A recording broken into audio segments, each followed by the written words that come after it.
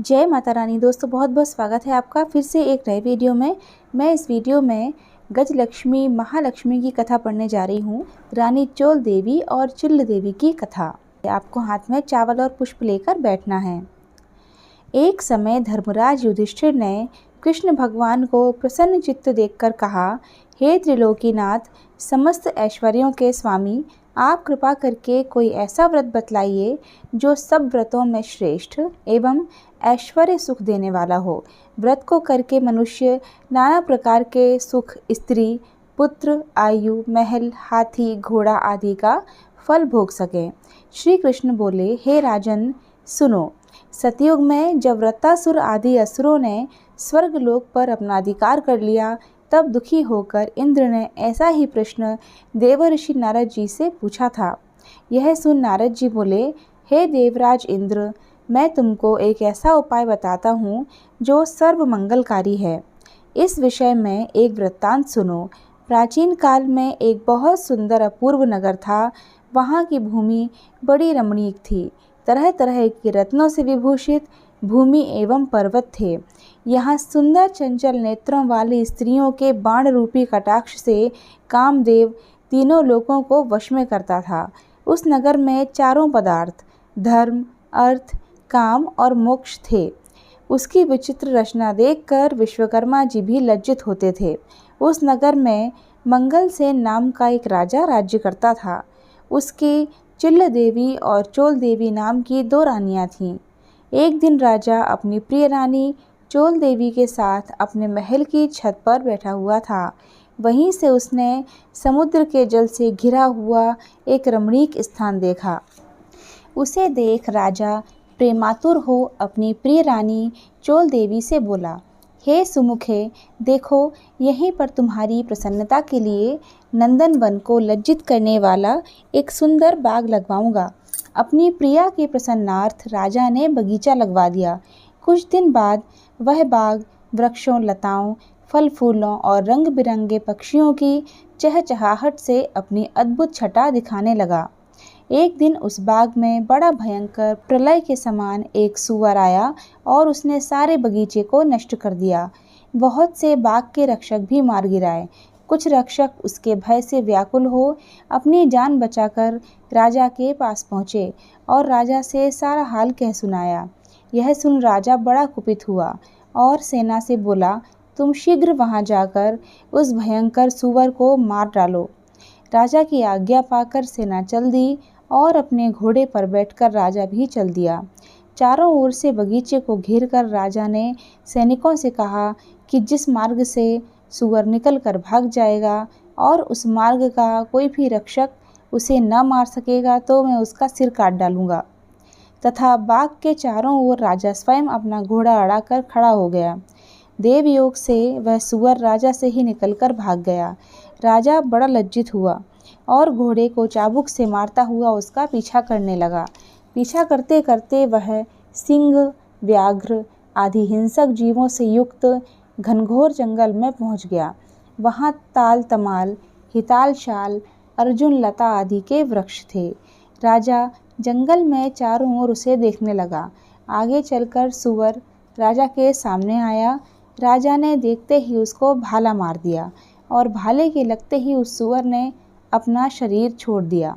वह सुंदर गंधर्व शरीर धारण कर विमान में बैठकर अपने लोक को जाते हुए राजा मंगलसेन से बोला, हे पृथ्वीपति, आपका कल्याण हो।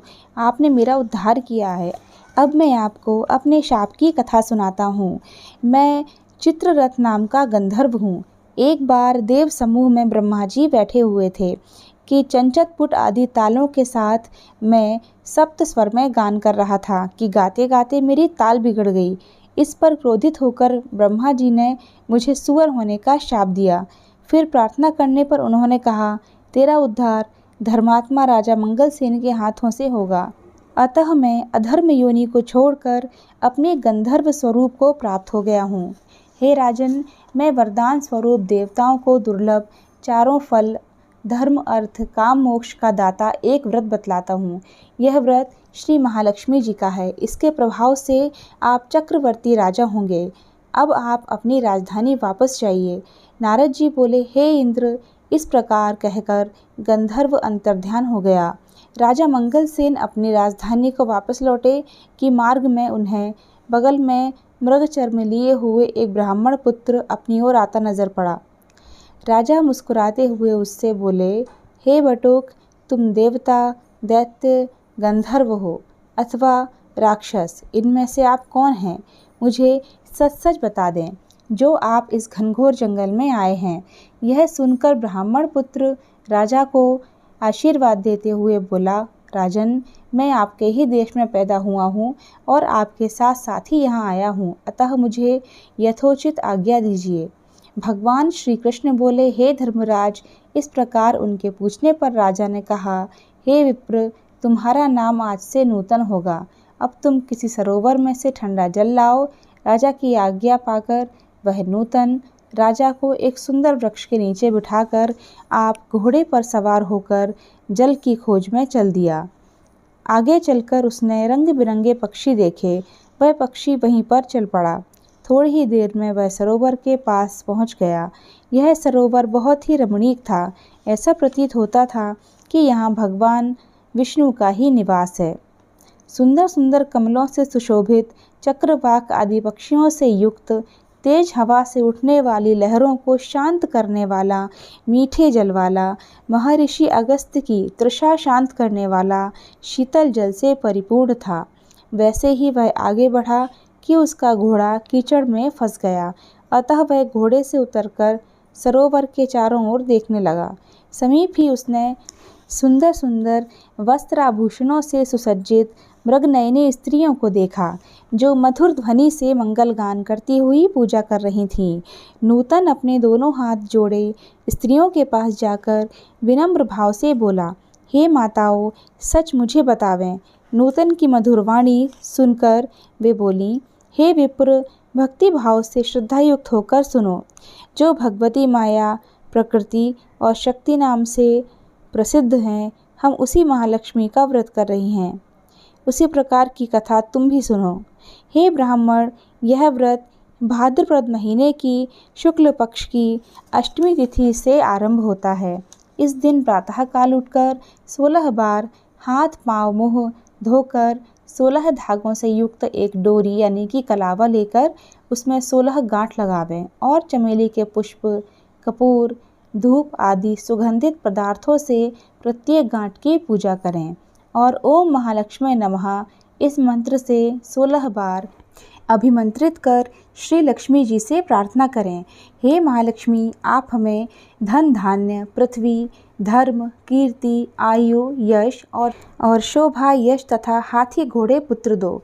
हे विप्र, इस प्रकार ध्यान करते हुए उस सूत्र को पुरुष अपने दाहिने अंग में और स्त्री अपने बाएं अंग में धारण कर 16 दूब के पौधे और अक्षत लेकर कथा सुने। इस प्रकार भादो सुदी से लेकर अश्विन वदी अष्टमी तक नित्य प्रति कथा सुननी चाहिए। इसके पश्चात अष्टमी के दिन रात्रि के समय जितेंद्रिय व्रतकर्ता को स्नान कर श्वेत वस्त्र धारण कर पूजा गृह में जाना चाहिए और पूर्व की ओर मुख करके पवित्र आसन पर बैठकर सफ़ेद मोतियों से युक्त अष्टदल कमल बनावें। उस पर कमलासन मंद मंद मुस्कान करती हुई शरद चंद्र के तुल्य कांतिवान चतुर्भुजी, दोनों हाथों में कमल लिए हुए, श्वेत वस्त्रधारिणी, आभूषणों से विभूषित, अभय वर देने वाली, दोनों ओर हाथियों की सूंड के जल से सींचे जाने वाली श्री महालक्ष्मी जी का ध्यान करके कपूर, अगरबत्ती, चंदन से भगवती का आवाहन करें कि हे महालक्ष्मी, भगवान विष्णु के पास से आप यहाँ आओ। आपके लिए ही मैंने षोडशोपचार पूजन सामग्री एकत्रित की है। हे विप्र, इस प्रकार 16 दिन समाप्त होने पर व्रतकर्ता को श्रद्धानुसार उद्यापन करना चाहिए। उद्यापन विधि इस प्रकार है। स्वर्ण के पत्र से गऊ को सींग मढ़वाकर तथा सोना एवं अन्य वस्त्रादि किसी वेद पाठी ब्राह्मण को दान में दे दें। यदि इतना ना हो सके तो यथाशक्ति द्रव्य दे दें अथवा 16 ब्राह्मणों को जिमाकर वस्त्र आदि की दक्षिणा दे दें। हे विप्रपुत्र, हमने तुमको सर्वोत्तम व्रत बतला दिया है, जिसके करने मात्र से इच्छित फल प्राप्त होता है। इस व्रत को तुम करो, अपने राजा से कराओ और जो श्रद्धा से करना चाहे उससे भी कराओ। भगवान बोले, हे युधिष्ठिर, इस प्रकार इस व्रत को स्त्रियों के मुख से सुनकर नूतन बड़ा प्रसन्न हुआ और उनको प्रणाम कर अपने घोड़े को कीचड़ में से निकालकर ठंडा पानी पिलाया और कमल के पत्ते का दोना बनाकर उसमें पानी ले घोड़े पर बैठे राजा के पास आया। राजा को जल पिलाकर नूतन बोला, हे राजन, आज मैं यहाँ पर जो कुछ स्त्रियों से सुनकर आया हूँ उसे ध्यान से सुनो। उपरोक्त हाल नूतन ने राजा को सुना दिया। उस व्रत को नूतन और राजा दोनों ने किया। तदुपरांत राजा ब्राह्मण को साथ ले घोड़े पर सवार हो अपने नगर को चल दिया।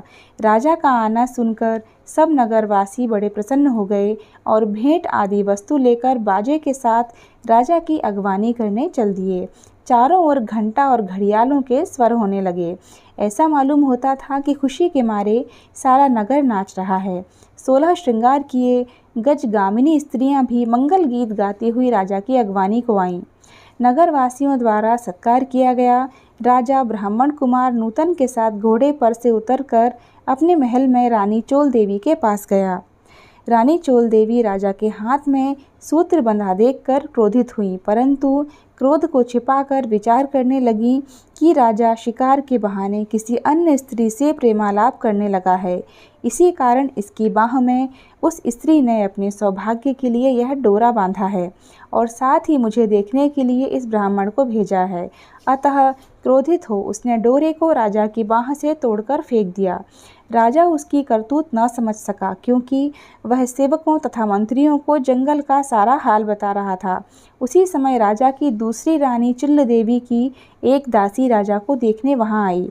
उसने भूमि पर पड़े उस डोरे को उठा लिया और उस ब्राह्मण से डोरे के बारे में सारा विवरण पूछा।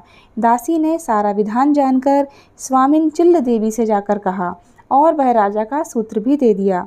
रानी ने उसी समय नूतन को बुलवा भेजा और उसके बतलाए गए व्रत को विधान सहित करने लगी।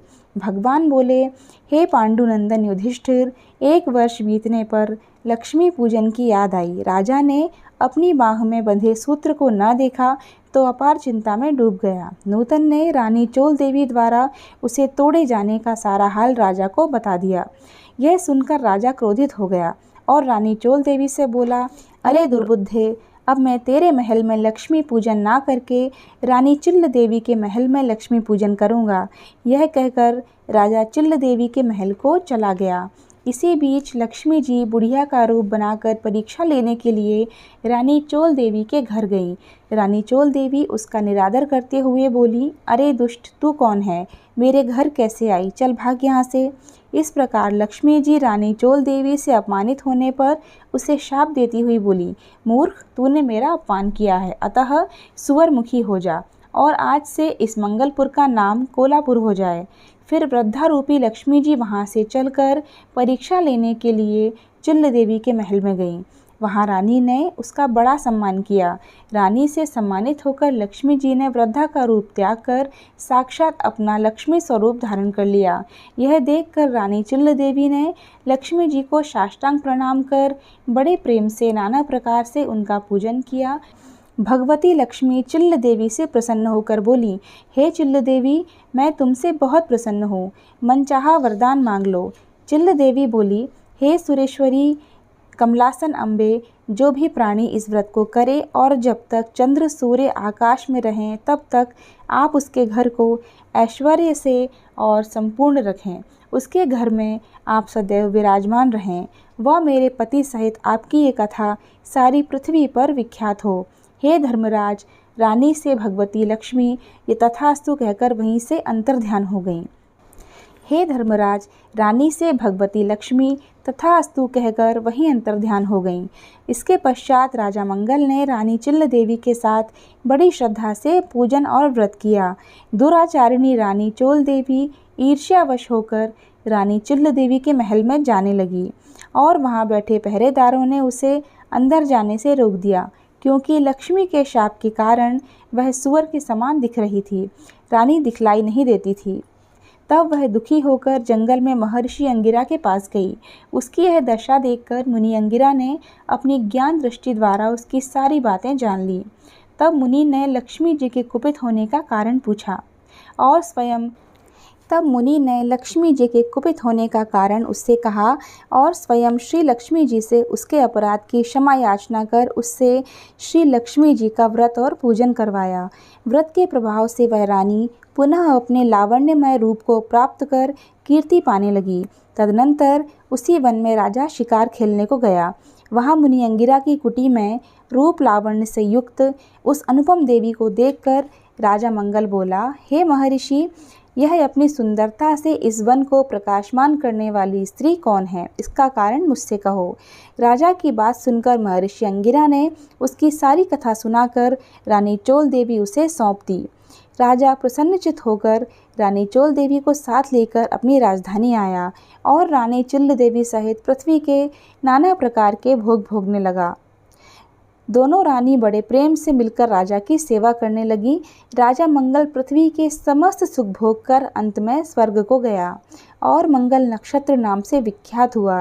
नारद जी बोले, हे इंद्र, समस्त व्रतों में श्रेष्ठ श्री महालक्ष्मी जी का व्रत मैंने तुमसे कहा है।